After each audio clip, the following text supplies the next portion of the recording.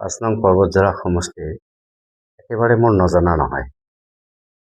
আমি যেতিয়া মহামায়াত মই যোগদান কৰিলোঁ AIUDF দলত, আমাৰ সুপ্ৰিমো মৌলানা বদৰুদ্দিন আজমল চাহাবে নেতৃত্বত মই যোগদান কৰিলোঁ আৰু কেইবাজনো বিধায়ক আছিল তেখেতসকলৰ নেতৃত্বত, বিশেষকৈ গৌৰীপুৰৰ বিধায়ক মিজানুৰ ৰহমান, হুগলীৰ বিধায়ক নজৰুল হক, আমাৰ দলগাঁৱৰ বিধায়ক মুজিবুৰ ৰহমান, আশৰাফুল আমাৰ বিধায়ক, তেখেতসকলৰ নেতৃত্বত ইতিমধ্যে পৰ্বতঝৰাত মই যোগদান কৰিলোঁ আৰু যোগদান কৰাৰ পিছৰে পৰা পৰ্বতঝৰা সমষ্টিত মই চুকে কোণে সোমোৱা আৰম্ভ কৰিলোঁ প্ৰতিটো VCDC।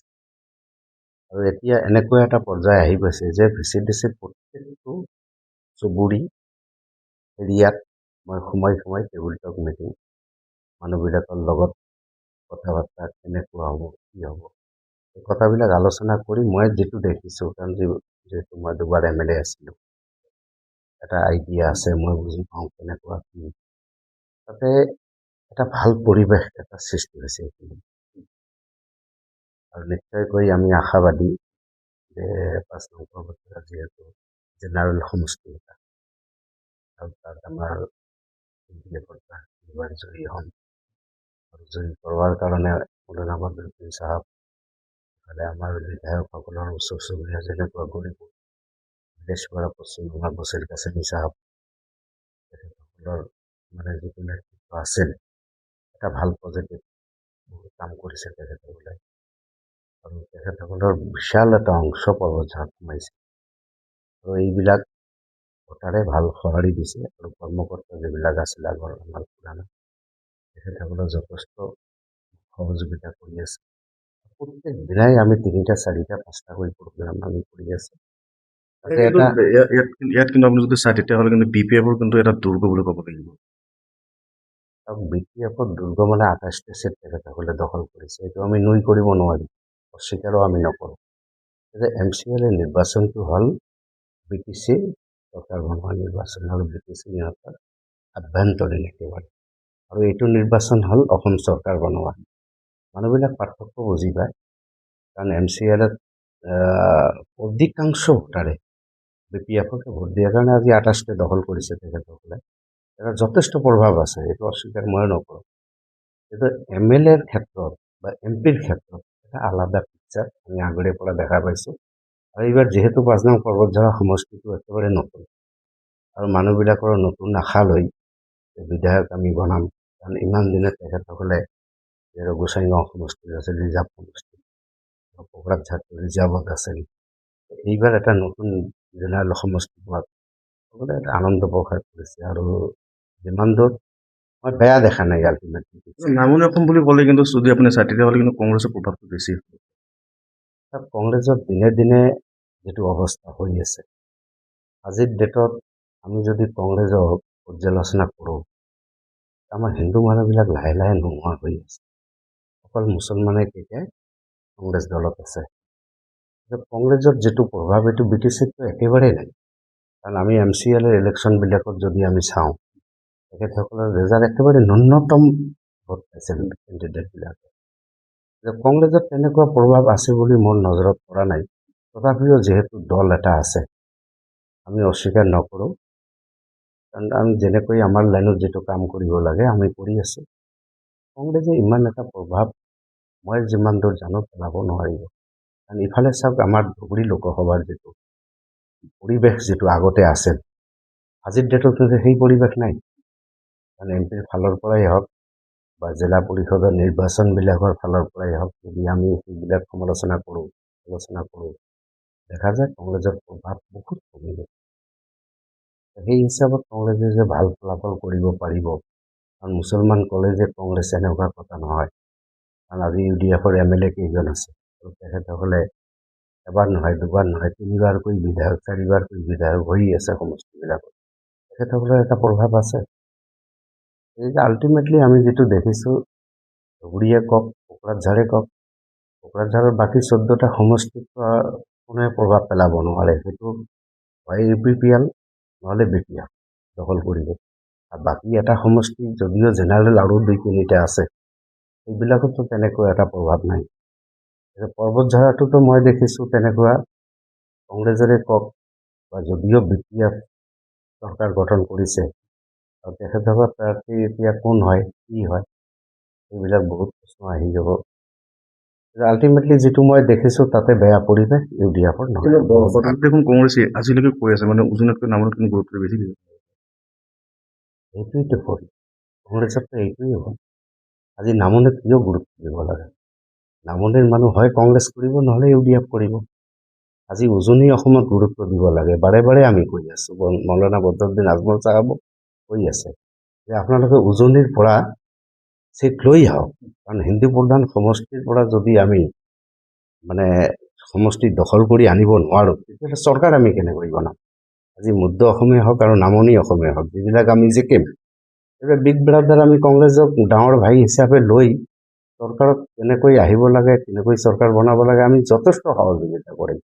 তেখেতসকলে কি বুজি আছে আমি এইটো আমাৰ বুজত নাই। আজিলৈকে কিন্তু আপোনালোকে মিত্ৰতা নলয় বুলি কিন্তু কৈ আছে কংগ্ৰেছে। UDF-টো মিত্ৰতা নকৰে, একেবাৰে ফাইনেল ডিক্লেয়াৰ। কাৰণ আমি একলাচলৰ নীতিৰে আমি কাম কৰি আছোঁ আৰু একলাচলৰ নীতিৰে আমি আগুৱাই যাম। ইয়াত আমি কংগ্ৰেছৰ লগত আমি মিত্ৰতা হ'ব লাগে তেনেকুৱা প্ৰস্তাৱো আমি দিয়া নাই, বা তেখেতসকলেও কৈ আছে বাৰে বাৰে যে আমি মিত্ৰতাত নলওঁ। আমিতো যোৱা নাই। এইটো হয়, এইটো সঁচা কথা। উজনি অসমৰ পৰা যদি ছেকুলাৰ দল হিচাপে কংগ্ৰেছ তাৰ পৰা চিট বেছিকৈ লৈ আহে, মিনিমাম 20টা লাগিবই, 20টা যদি লৈ আহে মধ্য অসম আৰু নামনি অসমৰ আমি ভূপেন বৰা যোৱাৰ পিছত একেবাৰে সম্ভৱ নহয়। ভূপেন বৰা কংগ্ৰেছত এটা ফিগাৰ আছে, যোনে যি নকয়।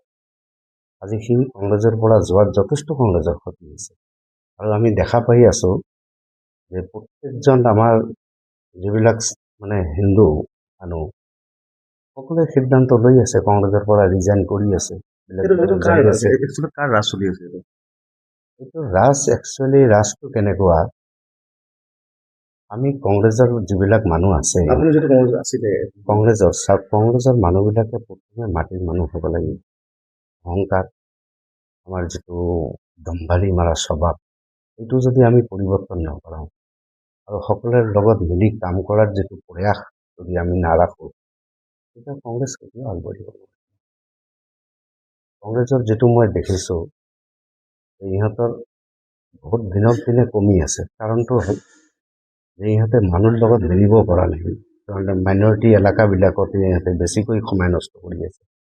য'ত সময় ইহঁতে দিব লাগে উজনি অসমত সময় দি আছে নামনি অসমত, য'ত প্ৰয়োজনে নাই। ভূপেন বৰা ওলাই আহোঁতে কিন্তু ৰকিবুলৰ প্ৰসংগটো কৈ গৈছে কিন্তু ৰকিবুলটো ফেক্টৰ হয়, কাৰণ ইমান দম্ভালি মাৰি কেতিয়া এটা দলত কোনেও তাৰ আণ্ডাৰত কাম কোনে কৰিব? যিমান মানুহ ওলাই আছে চবেই কৈ আছে ফেক্টৰ ৰকিবুল, আৰু মইতো ওলাই অহা ফেক্টৰ ৰকিবুল। কাৰণে আপুনি ওলাই আহিছে? মই ৰকিবুলৰ কাৰণে ওলাই আহিছোঁ, কাৰণ ৰকিবুল যিমান দিন থাকিব ইমান দিন এজন ভাল মানুহ, মই নিজকে ভাল বুলি নকওঁ, যিবিলাক আছিল তেখেতসকলে আন্তৰিকতাৰে কাম কৰিব পৰা নাই। কোনে আজি ধমক কাম কৰিব পাৰি? এইটো চাকৰি নহয় যে আমি চৰকাৰৰ আণ্ডাৰত চাকৰি কৰিছোঁ, ভোট কৰি আছোঁ, আমাক ধমক দি আছে। এইটো চাকৰি নহয়, এইটো আন্তৰিকতা লাগিব, মৰম লাগিব, চেনেহ লাগিব। মানে মুঠতে ৰকিবুল ৰাজে চলি আছে এতিয়া 100% ৰকিবুল ৰাজেই চলি আছে। আৰু এইটোকে শেষ কৰিব লাগে এটা সময়ত যাই মানে বেছি দিন নালাগে আৰু শেষ হোৱা, ইতিমধ্যে আৰম্ভ হৈ গৈছে। আপুনি জয়ী হ'লে মূলতঃ আপোনাৰ কি কাম থাকিব? পৰ্বতজৰা সমষ্টিটো এইবাৰ নতুনকৈ আৰু এটা কথা, ৰাইজে আপোনালোকে আচলতে কিয় ভোট দিব লাগে? যিহেতু আপোনালোকে বিৰোধীত থাকিব, চৰকাৰত আহিব নোৱাৰে আপোনালোকে, AIUDF-এ, তো আপোনালোকৰ ৰাইজে আকৌ কিয় ভোট দিব লাগে? কংগ্ৰেছে এইবিলাক কথা কৈ কৈ আজি মানুহক যিটো মানে এনেকুৱা এটা আতংক সোমাই দিছে যে UDF-এ চৰকাৰ বনাব নোৱাৰিব। আমিও স্বীকাৰ কৰোঁ UDF-এ চৰকাৰ বনাব নোৱাৰে, কিন্তু চৰকাৰত যাতে সোমাব পৰাকৈ বিধায়ক বেছিকৈ জিকাই দিয়ক। তাৰপিছত আমাৰ যিটো মূল 5টা মুছলমানৰ সমস্যা, শুদ্ধ এটা NRC, চৰৰ মাটি আজিলৈকে জৰীপ নহ'ল, ভূমিহীন মানুহক পাট্টা প্ৰদান নকৰালে, IMDT এক্ট আইনটো উঠাই দিলে আৰু সমপৰ্যায়ৰ আইন এটা এতিয়ালৈকে বনোৱা নহ'ল, কাৰণ আমিতো সুৰক্ষিত হ'ব লাগিব। তাৰপিছত দিনক দিনে প্ৰফুল্ল কুমাৰ মহন্তৰ দিনতে আৰম্ভ ডিভোটাৰ, এই ডিভোটাৰৰ সংখ্যাটো কিমান আছিল? মই জানাত 78,000 বা তাৰ আশে পাশে হ'ব।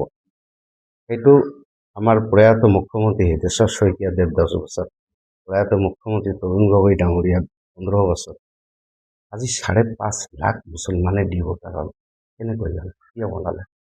কাৰণ আমাৰ এটা চুক্তি আছে যে 1971 চনৰ 25 মাৰ্চ ৰাতি 12টাৰ আগত যিবিলাক মানুহ আহিছে য'ৰ পৰাই আহক ভাৰতীয়। যদি আমি ভাৰতীয় হওঁ তেতিয়াহ'লে ডি শব্দটো কিয় আমাৰ আগত? আজি দুখীয়া মানুহবিলাকৰ আগত ডি লগাই দিছে।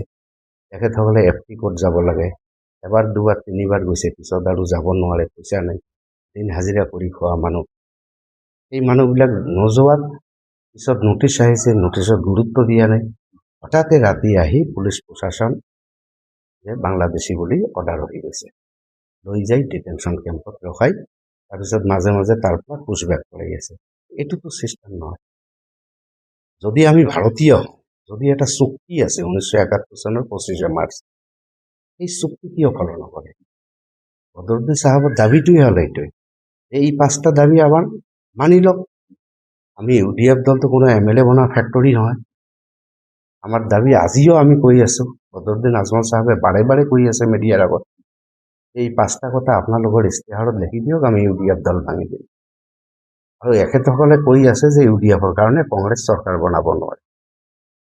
আজি ভাই দিল্লীত UDF আছে নেকি? আপোনালোকে কিয় চৰকাৰ বনাব নোৱাৰে? হাৰিয়ানাত UDF আছে নেকি যে চৰকাৰ বনাব নোৱাৰে? এই সদ্য সমাপ্ত বিহাৰৰ নিৰ্বাচন হৈ গ'ল, 18ৰ পৰা আহি আহি আপোনালোকে তলত আহিল, আগত যাব নোৱাৰিলে, তাত কি UDF আছে? নিশ্চয় নাই। তেতিয়াহ'লে অসমত কিয় UDFৰ প্ৰসংগটো টানি যে আমি চৰকাৰ বনাব নোৱাৰে? এইটো মানে propaganda ওলাইছে। এটা প্ৰসংগতা, কোনো মানে যুক্তি নাই, কোনো তেনেকুৱা কোনো কি নাই যে এটা যে UDFে BJPৰ লগত মিলি আছে বা BJPৰ লগত এইটো কৰি সিটো কৰে যাৰ কাৰণে আমি বনাব নোৱাৰোঁ, এনেকুৱা কোনো প্ৰমাণ নাই। কাৰণ মিডিয়াক দেখা পালেই প্ৰসংগটো আনে যে UDFক চৰকাৰ আমাৰ বনাত বাধাৰ সৃষ্টি কৰি আছে।